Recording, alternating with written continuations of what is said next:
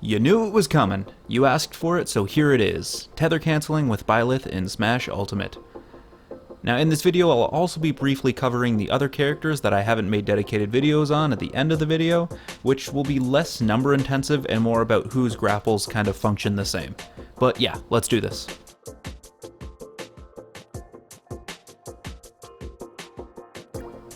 Like any other Tether in Smash, Byleth can cancel her up B once it's made contact with the ledge, and you can perform this by pressing down on the analog stick.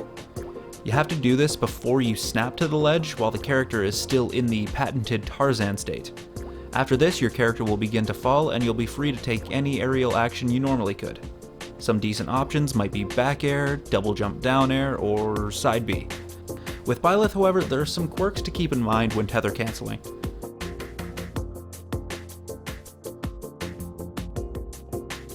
Byleth's grapple works similarly to Joker's. If you haven't seen my previous video, I found that these grapples are actually faster to grab the ledge beyond a certain distance threshold between your character and the ledge. What I didn't realize at the time, and not until halfway through editing this video actually, was that this faster version of the tether is not dependent on the total distance like I previously thought, but actually occurs more consistently when you're close to the stage horizontally. Being further out from the ledge seems to give you the slow version of the grapple more often than not. The difference between the two versions of her up B is that the slow grapple takes a few more frames to release, as well as an extra couple of frames to actually travel to the ledge. The fast version, however, snaps instantly once it's left Byleth's hand, which happens sometimes on frame 7 and sometimes on frame 9.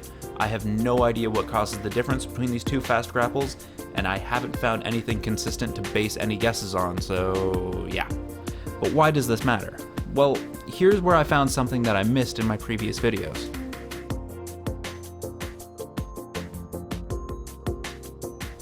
When you tether cancel, your character can either do so at regular falling speed or a fast falling speed. At first, I thought which version you got was specific to each character and their particular recoveries, but it turns out the answer was actually remarkably simple and embarrassingly obvious. Inputting a fast fall is only possible when your character is traveling downwards, and the same rule applies for tether canceling. If your character is traveling up when you cancel, then you won't fast fall, otherwise you do. The tricky part comes from each character's animations. So in the case of Byleth, you pretty much always fast fall from the tether cancel except for one specific instance, and that's when she uses the slow close-up B and you press down within the first couple of frames after the chain reaches the ledge. This is because the animation has her rise when she uses it, and she maintains that momentum for a couple of frames before she starts swinging. Because Byleth only maintains that upward momentum for a couple frames after using up B and throwing the chain, it also needs to be performed close to the ledge for this to work. If you're too far from the stage and it takes too long to reach the ledge, you'll have missed the window of opportunity for canceling without fast falling. The fast farther up B does not maintain this upward momentum, and thus even on the earliest frame possible, Byleth will fast fall. The difference between these grapples and the ones using the Z button is that up B tends to stifle a character's speed more harshly and abruptly, and this is why I think saving your second jump to use after the tether cancel is typically the safest option, as you can either perform an action and then save yourself with the jump and recover, or you can cancel your fast full momentum with the jump and then choose an option. Byleth does kind of defy this because even if you dip low enough that this absurdly long chain doesn't reach the ledge, you can use it to stab into the stage and pull yourself close enough to up B again. This is, of course, if the stage permits. In the case of Z grapples, using your double jump right before grappling gives the benefit of not causing a fast fall because you will have your upward momentum, but it also eats your double jump.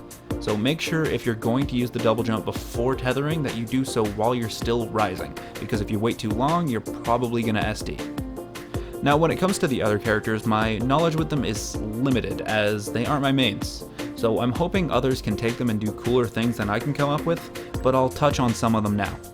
These characters are divided into the two groups I already pointed out, up B tethers and Z tethers. They all function pretty similarly within their two groups, but the differences come in character-specific physics and frame data. For example, Ivysaur has an up B tether and therefore follows the guidelines involved with that, but it's also important to point out that his tether is not terribly fast in comparison to other characters, so using offstage moves that have a lot of end lag means he won't make it back as easy. Fortunately, he's pretty floaty, so that makes up for it to some degree. Lucas has a double jump with a dip at the beginning, so the upward momentum that most characters get isn't as instantaneous for him. Zero Suit Samus has a number of mix-ups with her down B after canceling, and she can also hold away from the ledge after a double jump tether the same way that Many Suit Samus can. There's also Zero Suit Samus' side B to briefly touch on. It's much slower than the Z tether, but if you do use it for this technique, you're better off saving your double jump until after the cancel. The only way you can use it and maintain upward momentum is if you use it immediately after the double jump, which is much riskier. The Belmonts usually use their forward aerial to recover, which seems to follow similar rules to Z tethering, but because their offstage game is so dicey, I recommend saving your double jump until after the cancel. There are other characters like Young Link and Toon Link, but my experience with them is limited, so use the general guidelines attached to Z tethering and do some labbing to find the stuff that I couldn't. I expect Twitter combos on my desk by tomorrow morning. But for now, I think I've exhausted this topic enough, and this means I can get back to working on my video on why putting Byleth into Smash was a huge mistake.